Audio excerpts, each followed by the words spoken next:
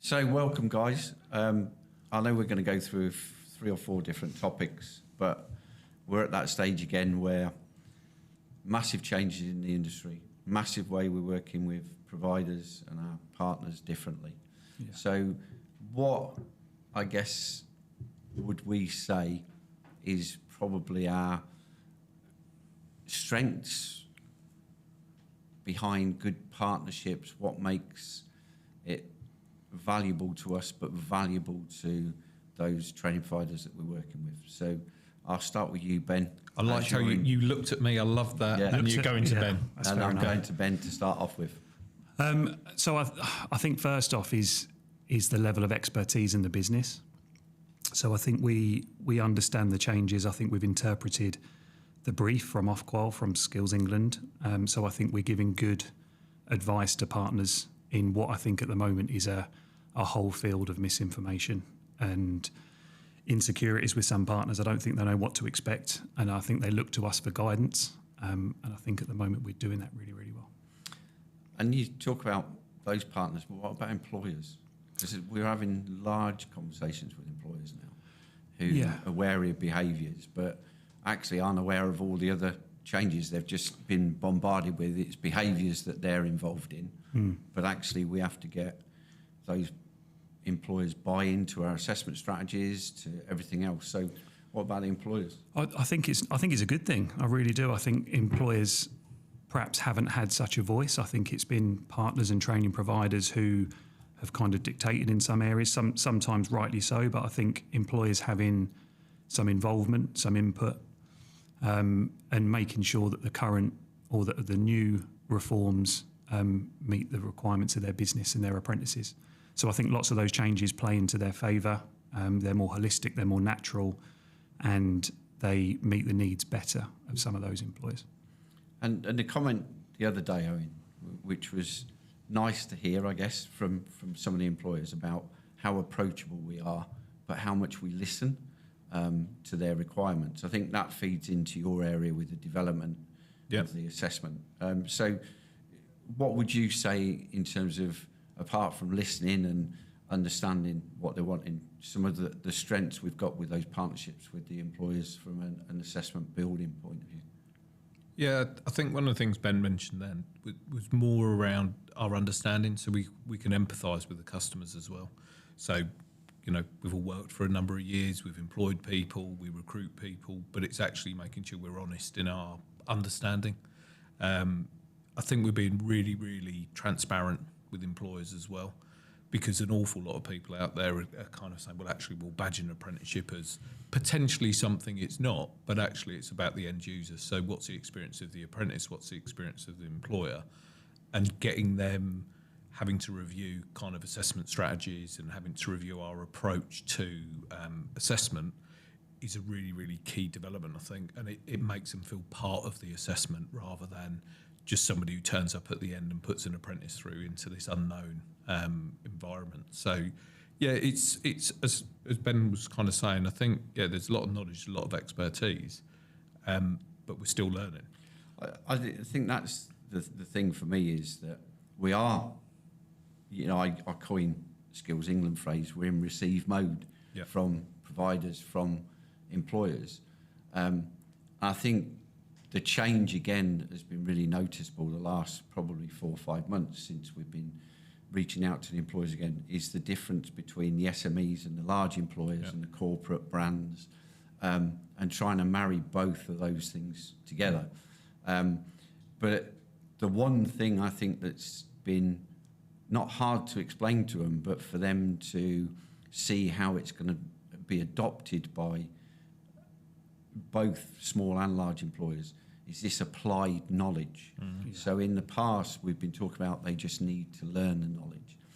And now how does our job role give the scope to apply that knowledge? Because 80% of the role is there, 20% isn't. So how do we incorporate that? So I think those conversations, Ben, have been really interesting. I mean, but it's invaluable for me that those happen early on, because the danger of getting that wrong and people getting to the end and not being able to demonstrate that applied knowledge is terrible. So I think it's been well received. I think it's as much for employers and for partners and for providers to be aware that they have to be able to demonstrate those things, just knowing it isn't good enough.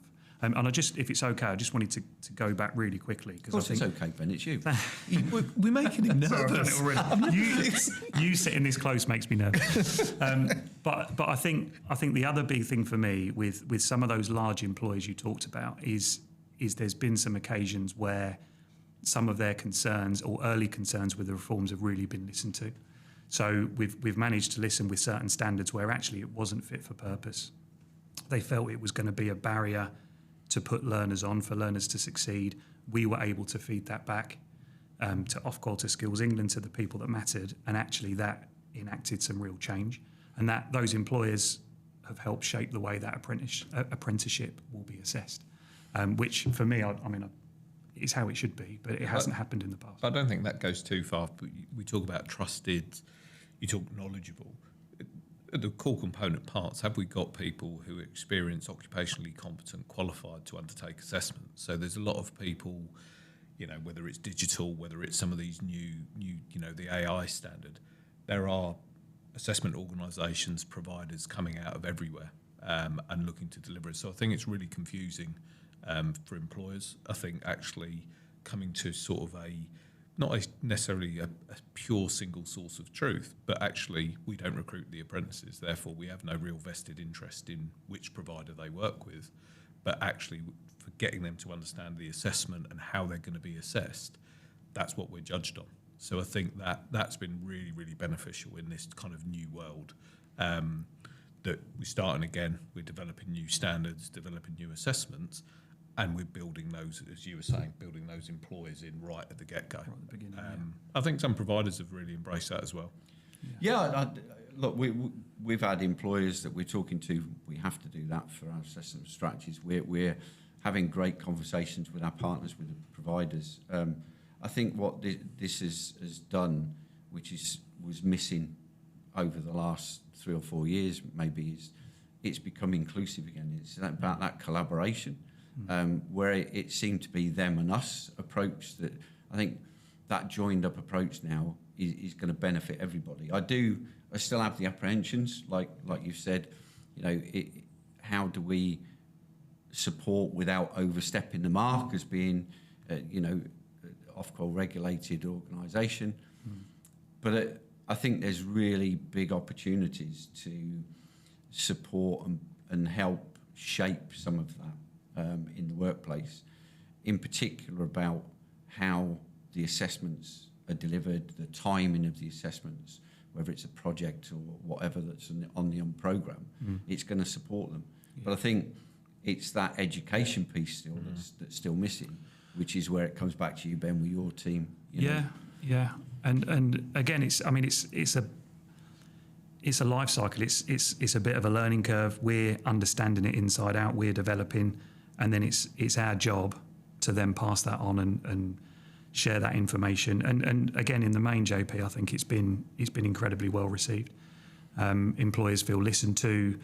There's some real positives with the reforms in the fact that things don't have to fit a small parcel anymore. It doesn't have to be a timeline for a project, or it can be a little bit more holistic per apprentice. Where does it fit? Does it need to start a little bit earlier? Some of those restraints and frustrations from an employer's point of view, I think it's one of the best changes for me is it's been removed. So for most apprentices it will follow a route, but you get those outliers, they can still be facilitated and they can still succeed. I'm kind of sitting here like a proud parent. I'm hearing our head of accounts saying the right things. Oh, my days, you're actually paying attention and loving it. Thank God. I know, but I think just you talking about prior experience, I think that's the thing. Everyone says, yeah, we put the learner in the centre, we put employers at the centre of everything, but the proof is in the pudding. So actually it comes straight from our HR teams. When you're recruiting people, when you're onboarding people, our delivery people, we've got those people who genuinely care about the type of assessments that they carry out. So I think what we've learned from our experience, that's actually the kind of that USP, if you like, in that we've taken all the learning we've had from delivering endpoint assessments, working delivery side. Yeah. But actually, we're putting that into a melting pot. And actually, we were a bit geeky around it. I know my wife gets bored with me, but it's one of those where you say we are actually passionate about delivering the right types of assessment. I think that's look.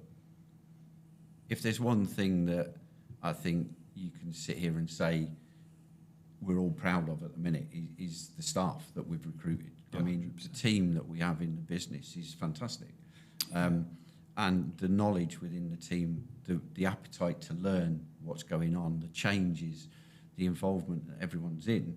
I think we're in a unique position, and that's why we work late. We do what we do, because those people. We're not doing, getting bonus on No, this, no, though. no. Yeah. But the people do the same, and I think it's also recognised. I mean, we've got professional bodies who want to work with us now, who are coming out. And so the stuff that we're doing with some of those organisations, and the cyber scheme, who want to look at our programme and how it can be aligned for people to have progression when they leave the business, the IIBA, all those organisations that we're having conversations with, that's not by chance. That's by the knowledge that the brand, if you like, or the reputation, the way we deliver things, that people want to have those conversations. So that group of people we've got now within the business, the skill levels and the willingness to learn, but to put the apprentice at the front is massive. Can I also think? I mean, it has been. You've been very polite. Sorry, I mean it has been a bit of a labour of love. I mean, we've had a new starter in my team, and we were talking a little bit about the reforms as part of her onboarding, and this started in January. So we're so far through the process. We ran our first webinars in January. We had a huge March session where we had 50 or 60 partners come into London. We did a session in May. We're going to do another session in August. And we're at a position where actually, again, some of those partners that couldn't attend those sessions, we must have had probably 200 or 300 hours worth of conversations with their teams to bring them fully up to speed to answer their questions. So we look at it now 6, 7, 8 months down the line, and we can answer all those questions. We can fill all those gaps. I think there's one thing in there that has surprised me, and that was when we started talking to those organisations about how their operations would change, how finance and payments would change, how their IQA, their quality departments would change, how they've got to align the curriculum with the assessment on programme now and things like that. That they were received really well. And it's surprising how those people have still keep coming to us saying, we've done this, can you review that? Where are we with this? That journey is amazing since January. And you know what we've had? We've had people that perhaps didn't attend the first session. And then we ran an all-partner webinar, and you get 1 or 2 representatives that sit on it for an hour and then say, my gosh, we need you to support us with this stuff. And then it's a bit of a follow-up. It's a couple of hours with that partner to really understand what it means for them, to look at the standards for them that are impacted. It's that learning process, the headline, these are the changes, but then actually let's get into the nitty-gritty of how it's going to work, answer your questions. And I mean, we've got just over 100 partners, John, but I think we're in a position now where most of them are incredibly comfortable, and that's been a collaborative journey that we've worked with them on for several months. I think in 8 years, that's the first time you called me John. Yeah, it's unnerving, isn't it? What's it called? Yeah, JP. Sorry, JP. No. I just think when you're talking about that growth, and I think that responsible growth, definitely when we're looking at everything from a product perspective or how we're building assessments, we're looking at how we can utilise technology. We're making sure we're aware of the technology being used by apprentices, but I think it's for the right reasons. And I think sometimes when we're talking to providers, when we're talking to customers, and we're talking about different tech stacks or different ways that people can be assessed, I still think that continual learning piece is coming back in. What are the environments they're working in? What are the pressures now from kind of that refocusing back to that kind of 16 to 25 workforce? How we approach, how we train our assessors to maybe adapt some of their assessment style to look at a different sort of cohort of what will be young people coming into the industry, no matter what the standards. So I think, just that continual learning piece, and I think it's something that people buy into when we're talking to customers, we don't always have the answers, but we're going to work hard to find them. Yeah, I mean, we've found it in some of the conversations Ben and I about it over. There was not a great deal of interest at the start when foundation apprenticeships comes out, Yep. and now we've got more and more people, and that drives 16-year-olds that we're going through now. But the admin assistant level 2 seen the same, and we got people.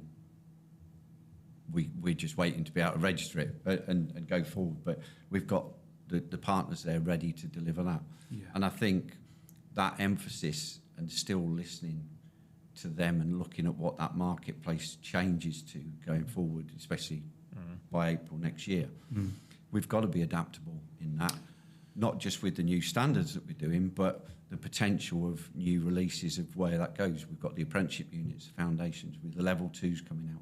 So there's lots of changes that are there.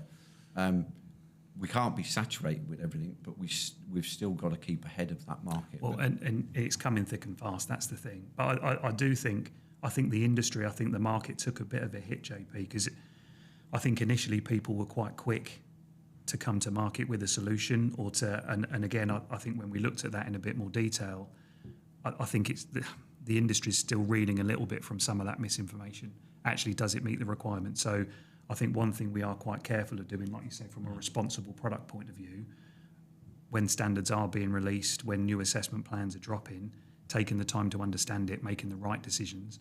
Because again, I think changing it further down the line doesn't help anybody. So getting it right first time, because again, from a partnerships point of view, there's nothing worse getting on a call, firstly being asked a question that you haven't got the answer to, or secondly give a poor response that sets someone down the wrong road. I think we do that well. I think it's that challenge as well. Sometimes somebody said, what's it like to work with us? Crazy. Yeah, crazy, fun, exciting.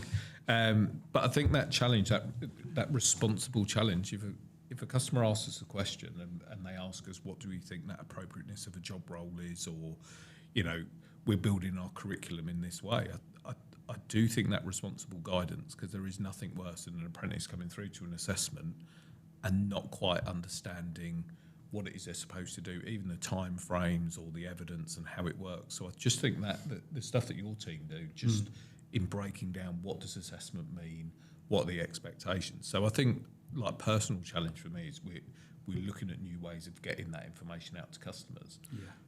But actually, and what can we be more responsive to the needs of potentially a changing cohort? But that to me is going to be that barometer over the next 12 to 15 months. Yet again, we're going through a new reform and update to standards. And I think I'd love to see when apprentices and employers come through, they go, we completely, absolutely know what it is, what the expectations are, and what we're going to do by going through these assessments. And that doesn't happen. Firstly, it doesn't happen by chance, and secondly, it doesn't happen just from a one-off session. That's a collaboration throughout the journey. It's been with lots of our partners a 5 or 6 month collaboration already. Yeah. When those standards launch, when the new assessment reforms or apprenticeship assessment launches, that's ongoing throughout the duration of their apprenticeship program. So that opportunity to meet the learners early on, that opportunity to introduce, for what a lot of standards is, that mandatory project, how it's going to work, what the process is, all the way through that process. And the other thing I was going to mention, JP, even some of the things that look relatively easy with the new apprenticeship assessment around behaviours, so many conversations with partners around how they can work throughout the process to make sure that's not a barrier for completion at the end. Even some of the basic, how can they build their processes to make sure that doesn't become an issue? Because it could be if we don't address it. It could be, and we've had lots of conversations about that. I mean, the big thing for me, there are so many changes, and it's how you address them all. We've had leadership and management, right, going. Yeah. We've had the panic of what do we change to do that. We're 6 weeks, 7 weeks away from our first assessments coming in from AI, level 4 that's just been released. Yeah. We've got the build of all the other stuff that we're doing. We've got the support with the employers, this behaviour stuff that's alien to people. Yeah. And I think all of that, there's so much noise, if you like, or so many things going on. It's just trying to get them to understand, not to panic about them all, and prioritise what's there. I'm going to use his phrase, crocodile nearest the boat, right? But It was going to come out. it's mate. in. It was But at the always end of gonna the come out. day, you've got that situation that the employers is the behaviours, the providers is what do we do with leadership and management, Yeah. the AI that's out there. So it's that juggling act internally of what and how do we prioritise for who and getting it right. But everyone think everything's changed. They've still got to be in the right job role. Yeah. You've still got to have the right delivery of skills, applied knowledge. You've still got to have somebody who's competent to be able to review that and be able to give that guidance. And I think for those providers who I've seen less panic from are the ones with, they understand their QAR, they understand what good looks like, they understand how to adapt quickly to challenges, and they understand how to provide the right guidance to employers. And that's still going to be the benchmark, that although the reforms have changed, endpoint assessment is disappearing, that assessment earlier on in the programme is going to put people's curriculums under a bigger test. It's going to go, different things they've got to do, different things they've got to apply. But I definitely think that's one to watch for me in how that develops, because right job role, right skills, right knowledge. But that's something that's been brilliant with lots of partners we're working with at the moment, is understanding how their apprentices are going to be assessed, understanding what's required at what time, and how they can tweak, amend, adjust their program to make sure that those apprentices are ready for that assessment method when it comes up, or assessment event. Look, I know we've got the AI out there, but the first one, well, application support lead in September, but most people are in the conversations with the September 24th for content creator, CRSP. Yeah. We're a couple of months away from that, and yet they've been pestering us for 2 months to build their curriculums, to work with us, to understand the assessment methods. And they just want to maintain their quality. Yeah. And the hard part for us is keeping up with the number of the standards that are coming out. But that momentum to give them that information, to allow them just to, in the background, start building and think about that. So, even the basic of information is something that they're looking for. And I think one thing that's been, whether it's employers that we're working with or partners, training providers, colleges, universities, the one thing for me that has been really well received is that logical, common sense approach to the assessment outcomes, how we've simplified it to a degree to make sure that we're not limiting, we're widening the scope, we're making the projects more accessible, to make sure we keep those apprentices on track with what they need to obtain, the resources, the guidance docs, so they've got a real transparent blueprint to follow that's helping those curriculum teams build their delivery and plan their delivery really well. So it's a collaboration piece. I might have to offer you a job in product, the way we're going. You might have to do a transfer. I think. Does it pay more? No. The complication with it that sits there is they're running side by side 2 different programs for probably 18 months. Yeah. So they've got their cohorts now and what's coming around. So what 33, 34 standards, possible new ones on the horizon. Yep. 35 different so it'll be 70, 75 different standards essentially that we're running. Yeah, and I think which is no mean feat. I think helping providers with that transition, but I will still come back to, and that responsible support that we're offering. If you're looking to run an 8-month program, a 9-month program, understanding the pressures that will put your apprentices under, can you have the right project at the right time for the right apprentice? So it's lining all those things up and putting some practicalities around that. I think with our assessors, I think they welcome the changes. I think some of the focus on, the updating of some of these standards, I think is being It was well overdue. It's been really well received. But I think it's back to that partnership piece in, what type of employers are they working with, what type of customers are they working with, so we can adequately test our assessments. Well, and also for me, although a lot of those, 33 different standards, there are nuances to all of them. A lot of that has been addressed, but those standards do still come out with nuances that need to be shared, need to be transparent and collaborated on, which is important. Yeah, and I think, go back to your point at the beginning, Charlotte, Liz, yourself in the team, you've got to keep up to date to be able to support them just as much as we talk about the ops team, Tanya and the team there, that those number of inquiries that are coming in, we still have to be consistent in that information that we give.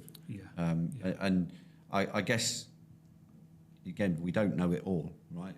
And how many times have we gone to Skills England, to Ofqual, to ask questions that we have been challenged with that there aren't the answers to it immediately. So we're all still learning. And as we start going through the first assessments, there will be stuff to learn from that. But I think the key is what Owen said to it all, which is fundamentally nothing's changed. It's the apprentice in a job, right? And if they're in the right job and the delivery's right, well, we can support in that assessment. But it's the work we need to do and are doing to make sure the employer and the provider understand that requirement, that they're in the right slot. So just to sum up then, Ben, if one word, right, about you, Charlotte, Liz, for your team, one word that sums up what's happening now for you. One word. Is this a PG podcast? No, I'm joking. 100%. But even when the first thing that jumped to mind was collaboration. Right. Across all our parts. Owen, for Tanya and the team. Yep. One word. One word.